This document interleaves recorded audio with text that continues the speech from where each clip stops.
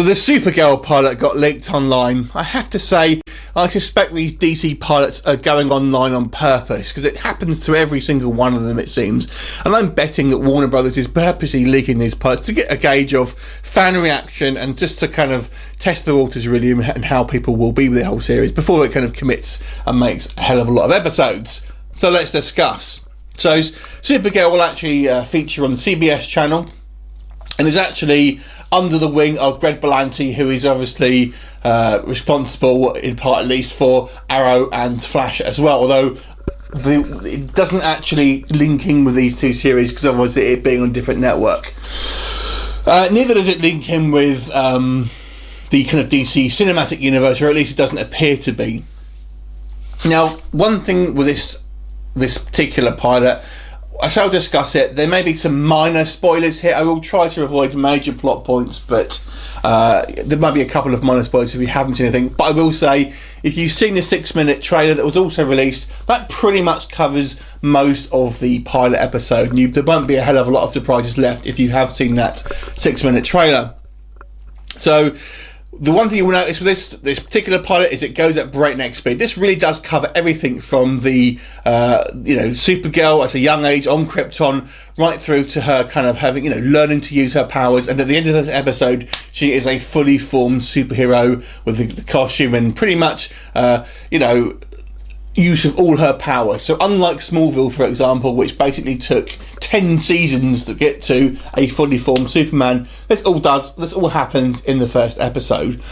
Now, one of the one sort of mild spoiler that I will say is that we basically are told Supergirl has been in the Phantom Zone, which is kind of a kind of alternate dimension type deal, really, basically, and that's why she's come to Earth later than Superman. And we're also told that she has brought with her basically a kind of ship which was filled with criminals from across the galaxy, not just Kryptons, and these are kind of set up to be the sort of primary villains, at least for this sort of season. So that's pretty much all I'll say for the plot. So what's the feel of this sort of pilot like? Well, I have to say there's two major kind of pluses that this particular pilot has. Real two decent feathers in the cap. The first one is the lead actress, Benoist, I believe her name is, probably mispronounced that. I think is extremely likeable and very well cast as the kind of the lead Kara Supergirl. She's very attractive, but she's not stupidly, supermodel good looking. But she's very pretty. She comes to us as a very personable, very likeable sort of character, and she kind of works well as both Supergirl and the kind of her sort of alter ego as well, essentially, and kind of but sort of believable in both. And she comes the way she sort of portrays it, I think, is probably going to be appealing to both male and sort of female audiences. So very well cast. I think she looks great in her Supergirl outfit, and looks like she's having loads of fun in this role. So that's the first thing. The second thing is the way the special effects look. This is a pretty damn good looking TV show. Now, if you look at the kind of the way the DC shows have been historically, so we started off with Arrow, which is fairly sort of realistic and kind of trying to sort of stay away from the more meta-humans. Then we had Flash, which got a bit more into it, basically, and now we have this, which goes way into it. So it really doesn't hold back from any of its kind of superhero roots, and there's loads of powers on display. I thought they would kind of reel back a little bit for obviously budgetary reasons and kind of not show too much, but you'll see everything and lots of it as well. So don't worry too much about seeing lots of superpowers. I mean, within the first 15 minutes, we actually see Supergirl, basically saving Jumbo Jet from crashing, so it's pretty good. They look good as well. The effects are well done. And you could say arguably that this being the pilot, they're probably going to spend more money on it than maybe sort of other episodes, and that may well be true. But for this pilot, which can only go by, they look pretty damn good to begin with. So they're the two kind of major pluses, I would say, with this particular show.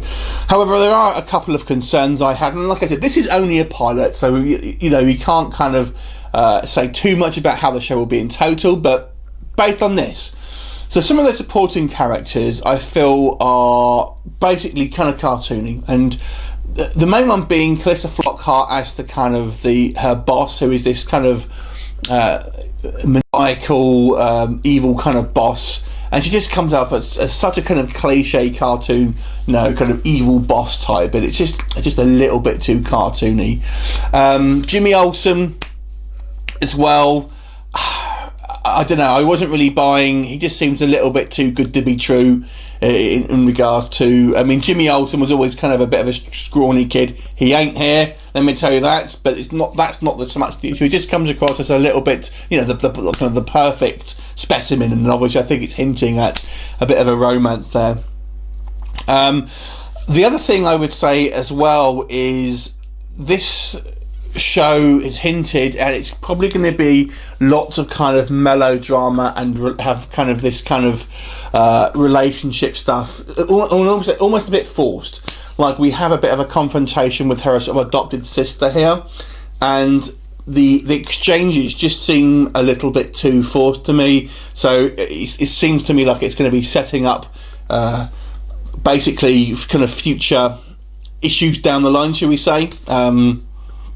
Some of the kind of the sort of cheesy relationship issues that you kind of get really almost like rom-com style kind of stuff that you'll see on films. I think that's what we're going to get in this particular TV show. The other kind of maybe a nitpick, I would say, the big bad.